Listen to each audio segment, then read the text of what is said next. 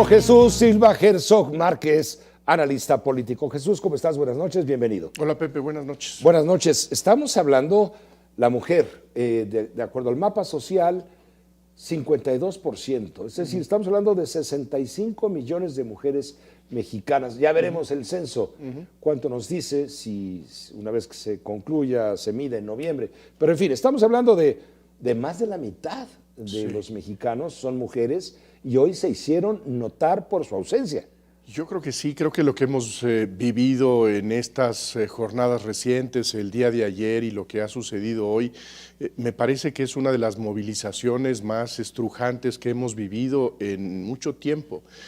Creo que es difícil encontrar una organización del tipo de la que vimos el día de ayer, la que significa... Más allá de partidos políticos. Por supuesto, porque se trata de una movilización que no tiene, digamos, un pliego petitorio muy concreto, una exigencia específica, sino que revela y recoge el miedo que existe en esta mayoría de la ciudadanía en el país, y que se expresa a través de la rabia, de la indignación, de la furia que se representa el día de ayer, pero que también encuentra otra forma de expresión, dejando vacías las escuelas, las universidades, las plazas y mostrando lo que significa esa ausencia. Yo creo que difícilmente hemos encontrado, difícilmente recuerdo yo una expresión de organización social, colectiva,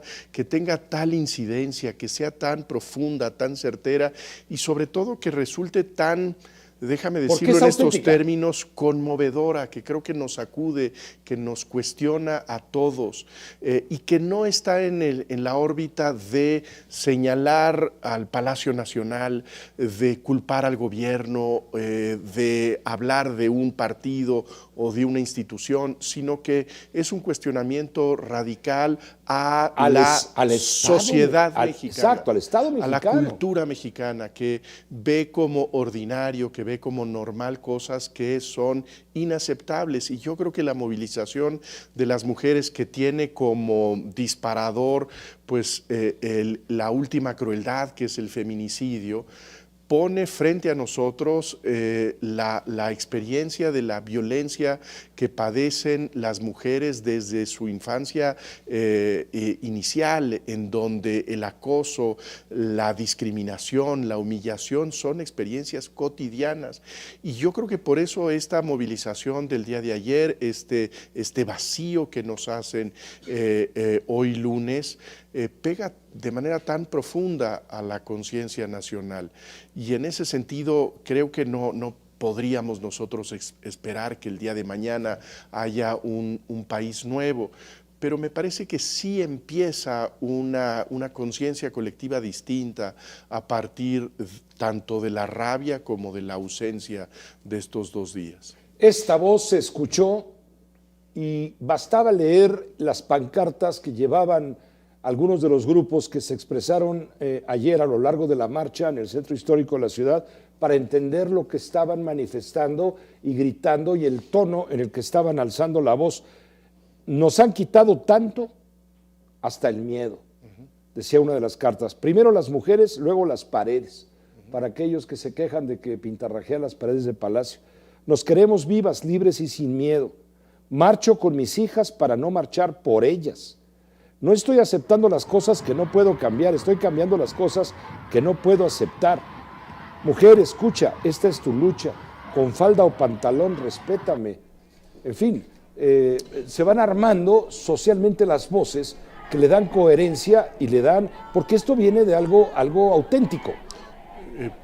Auténtico, no es inventado. Desde luego que no tiene, que no es títere de nadie, no hay ningún hilo detrás de las miles y miles de mujeres que salieron ayer pero no habrá a las calles tenga la en todas las tentación ciudades. apoderarse de estas iniciativas? Bueno, me parece evidente que toda expresión social trata de ser utilizada para ciertas causas y para una cierta agenda política o partidista, pero esto no puede ser sometido a los intereses de un grupo político. Creo que la diversidad que se ve ayer, la diversidad que podemos ver en las pancartas, en las expresiones, algunas en silencio, algunas con llanto, otras con furia, no puede pertenecer, no se puede enclaustrar en una caja política. Y yo creo que esa es la fuerza del reclamo feminista, que va más allá de las coordenadas tradicionales de la política, que no tiene que ver con la izquierda y la derecha, con los partidos políticos, ni siquiera con el eje de la oposición y del gobierno. Este me parece que es un cuestionamiento fundamental de raíz a las formas elementales de la convivencia. Finalmente, cuál es la razón, Jesús Silva Herzog Márquez, que tú le das a la presencia de estos grupos disruptivos, de estos grupos violentos, encapuchados, que trataron de quemar las puertas del Palacio, que aparecen cuando hay este tipo de manifestaciones masivas que permiten ciertamente que por sus rendijas se cuele la violencia?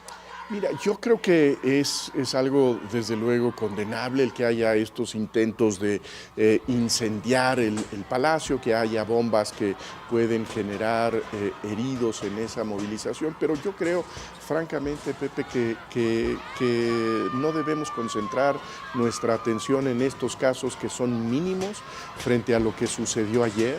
Creo que debemos concentrarnos, como nos invitabas hace un momento, a leer las pancartas, sí, las exigencias, la indignación, que en su abrumadora mayoría transcurren de una manera pacífica. Desde luego que sí, con mucha rabia, con mucha furia, justificadísima, pero que creo que lo importante es este grito de tantas mujeres que están pidiendo un espacio de libertad y de tranquilidad para ellas, para las niñas mexicanas, y en ese sentido es algo que debemos escuchar y no distraernos por estos asuntos que me parece que en el fondo son anecdóticos. Gracias, Jesús, como siempre. Muchas es un gracias, gusto escucharte. Gracias. Jesús Silva Herzog Márquez, recomiendo su colaboración hoy en el periódico Reforma.